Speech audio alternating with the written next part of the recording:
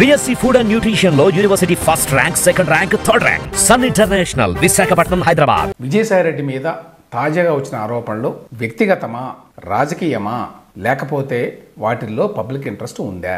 ఈ అంశం మీద నా అవగాహనని సాధ్యమైనంత క్లుప్తంగా వివరించడానికి ప్రయత్నిస్తా.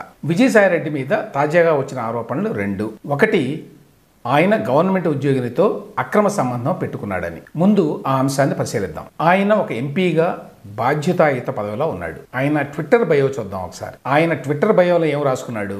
MP, Rajya Sabha chairman, parliamentary standing committee on transport, tourism and culture, YSRCP parliamentary party leader, national general secretary. మరి ఇన్ని పదవులు నిర్వహించే వ్యక్తి, ప్రజా జీవితంలో ఇంత ముఖ్య పాత్ర వహించే వ్యక్తి ఒక నీతిమాలిన పనికి పాల్పడ్డాడనే ఆరోపణలు వస్తే తన నిర్దోషత్వాన్ని నిరూపించుకోవాల్సిన అవసరం ఉంది. ప్రైవేట్ వ్యక్తుల మీద ఇటువంటి ఆరోపణలు వస్తే పబ్లిక్ దాని గురించి పట్టించుకోవాల్సిన అవసరం లేదు. కానీ ప్రజలకి ప్రాతినిధ్యం వహించే వ్యక్తి నీతి తప్పితే పదవుల నుంచి తప్పుకోవాల్సిన అవసరం ఉంటుంది. అందువల్ల విజయసాయిరెడ్డి అక్రమ సంబంధం వ్యవహారంలో మీడియా అత్యుత్సాహం ప్రదర్శించిన విషయం నిజమే అయినా అంత మాత్రం చేత విజయసాయిరెడ్డి సమాధానం చెప్పకుండా తప్పించుకోలేడు. అక్రమ సంబంధం ఆరోపణలు అబద్ధం అని నిరూపించుకోవాల్సిన బాధ్యత విజయసాయిరెడ్డి మీద ఉన్నది. ఇక రెండో అంశం ప్రభుత్వానికి, ప్రజల ఆస్తులకి సంబంధించినది. ఈ మొత్తం గొడవలో విజయసాయిరెడ్డి ద్వారా 1,60,00,000 రూపాయలు కలెక్ట్ చేసుకున్నాను అని